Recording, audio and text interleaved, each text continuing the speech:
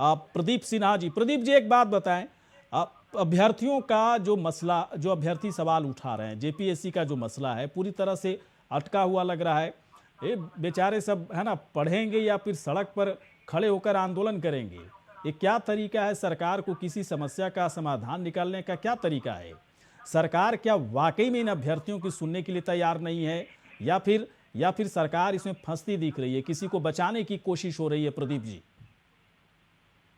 देखिए, जवाब तो सरकार से नहीं बोला है। जो सरकार अपनी सीट पर दबा रही थी कि हम साक्षात यूपीएससी का एग्जाम एक साथ कंडक्ट कराने जा रहे हैं, लेकिन जिस तरह से कमियां उजागर हो रही हैं और जो बातें सामने आ रही हैं, जेपीएससी ने पहली बार छात्रों की आपत्ति के बाद अपना पक्ष रखा कि हमने कट ऑफ इतना तय किया, इसके आधार पर किया। लेकिन जब राजभवन लोग गए, राजभवन के समक्ष अपनी बातें रखी, फिर से बुलाया गया उनको राजभवन में, जेपीएससी के चेयरमैन को, सारी चीजों की जानकारी ली गई। अब वो कह रहे हैं कि नहीं, ओएमआर सीटी गायब है, उसके बावजूद भी उन लोगों को उत्तीर्ण घोषित कर दिया गया।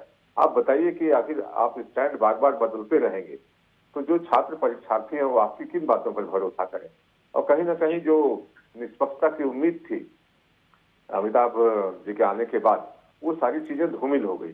और हम तो बार बार ये कहते आए हैं कि अगर छात्रों को संदेह है, क्योंकि प्रश्न पत्र से लेकर अभी तक की जो सारी प्रक्रिया है, प्रश्न पत्र में भी त्रुटि घटी, तो जेपीएससी अपने कारनामों को छुपाने के लिए जिस तरह की दलीलें दे रहा है, लोगों के गले नहीं उतर रही।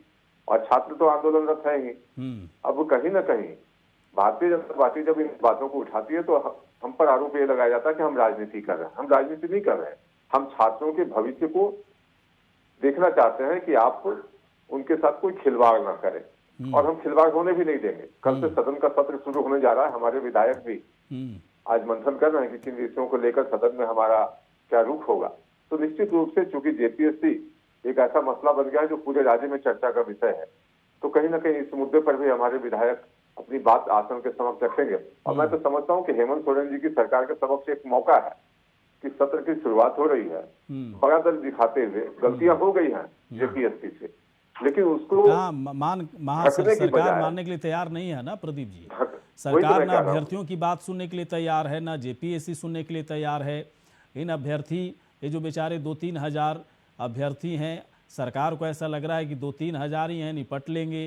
तो ये कितनी है ना गलत सोच है। ये जो एक परिवार, एक जो कोई भी एक इंसान होता है ना, कम से कम 300 से 400 लोगों के साथ वो डायरेक्टली जुड़ा होता है। और जोड़ लीजिए 2-3 हजार के पूरे आंकड़े को अगर जोड़ करके देख लें तो लाखों के है ना रोजी रोटी पर एक बड़ा सवाल है। इस बात को सरकार नहीं समझ रही है।